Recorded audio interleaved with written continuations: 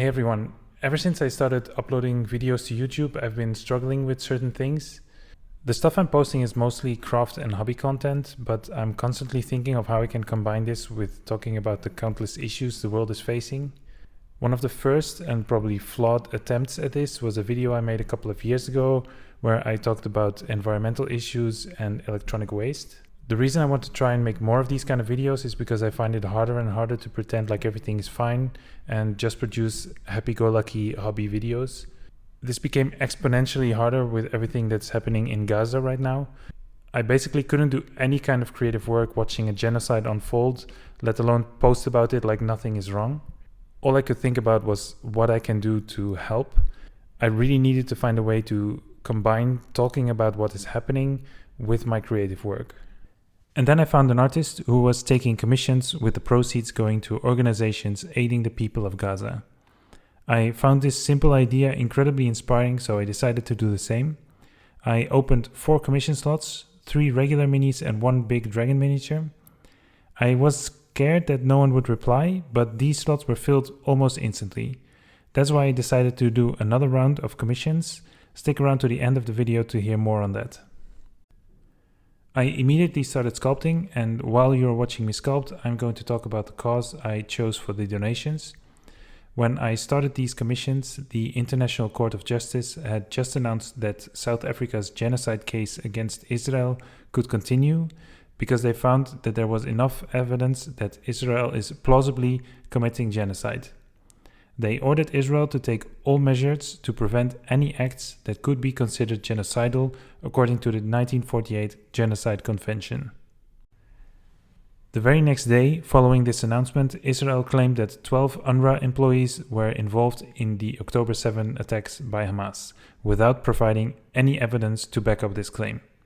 Several countries that fund the UNRWA immediately cut their aid, and I repeat, without any evidence being provided by Israel to this day.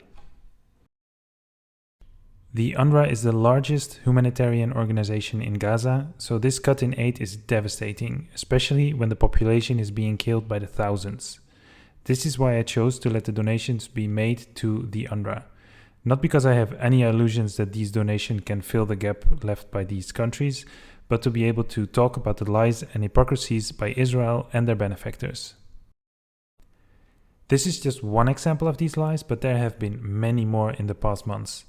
We live in a time where it is possible to see and hear directly what is happening from journalists on the ground and first-hand accounts of civilians experiencing atrocities. It is absolutely jarring to me to then hear people outright ignoring these events, or worse, spreading lies and misinformation. As I'm making this video, numerous peaceful student protests started demanding that their universities divest from Israel. A lot of these protests occupy university buildings or created encampments to pressure the universities to take their demands seriously. In a lot of these places, the response from the school boards, the police, and counter-protesters has been absolutely terrifying. The amount of aggression towards these students is crazy. On top of that, some media outlets and politicians claim that these universities are rampant with anti-Semitism, while these protests have been partially organized by Jewish-led groups like Jewish Voice for Peace and Not in Our Name.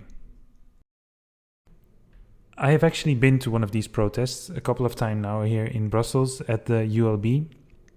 It was such a chill environment. Besides organizing this protest, they also organized moments to learn about the Palestinian plight. And that goes for all of these student protests. They are incredibly well organized and they are so inspiring.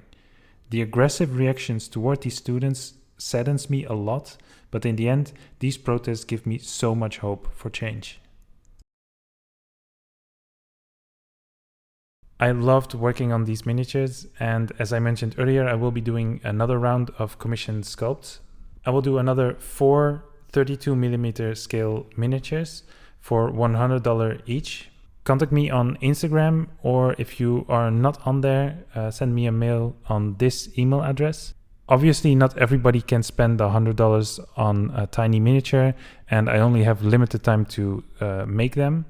But if you still want to support the people of Palestine, there are ways that you don't necessarily have to spend money.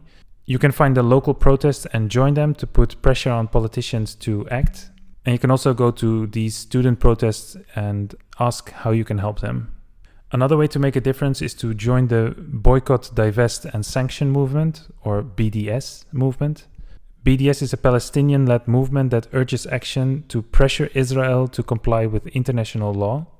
A great example of this is the call to boycott Israeli fruits and vegetables because they often come from stolen Palestinian land. Please check the BDS Movement website to check what else you can do. Also, I want to try out something. If you or somebody you know owns a miniature production company, I would love to get in touch. If you are interested in producing one of my minis and benefiting the people of Palestine, please let me know and maybe we can work something out. As for this channel, I don't really know where this will be going from here. I don't think I can continue making hobby content without talking about issues like this. At the same time, I'm still learning about most of the stuff that I want to talk about, and I'm not sure how to combine it with my creative work. On top of that, I'm not a journalist, so doing research for these kind of videos and making the sculpts is incredibly time consuming. So yeah, if anybody has any ideas, let me know in the comments, I guess. Anyway, I don't think this is the end of the channel necessarily, because I really do want to find a way to make this work.